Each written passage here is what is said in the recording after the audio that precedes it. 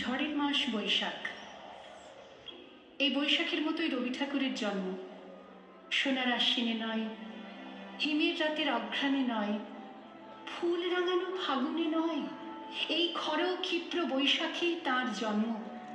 এই খ্যাপা বৈশাখের গৈরিক তিলক দিয়েই সাজানো তার জন্মদিনের ললাট।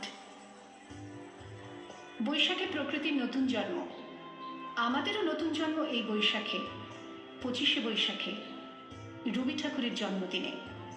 দেখতে হয় না ক্যালেন্ডার, জিজ্ঞেস করতে হয় না তারিখটা কবে।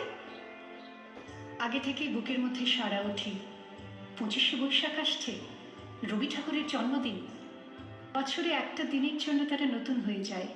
চারপাশে নীলে লালে সবুজে হলুদে রঙিন ফুলের আলপনা, মাঝখানে খয়েরি রঙের সুতোয় রোজ দুপুরের না ঘুমানো চোখে কাজের ক্লান্ত অবসরে বোনা হয়ে চলেছে সেই 4টি লাইন। উদয়ের পথে শুনি কার বাণী, ভয় নাই ওরে ভয় নাই, নিঃশেষে প্রাণ যে করিবে দান, ক্ষয় নাই তার ক্ষয় নাই।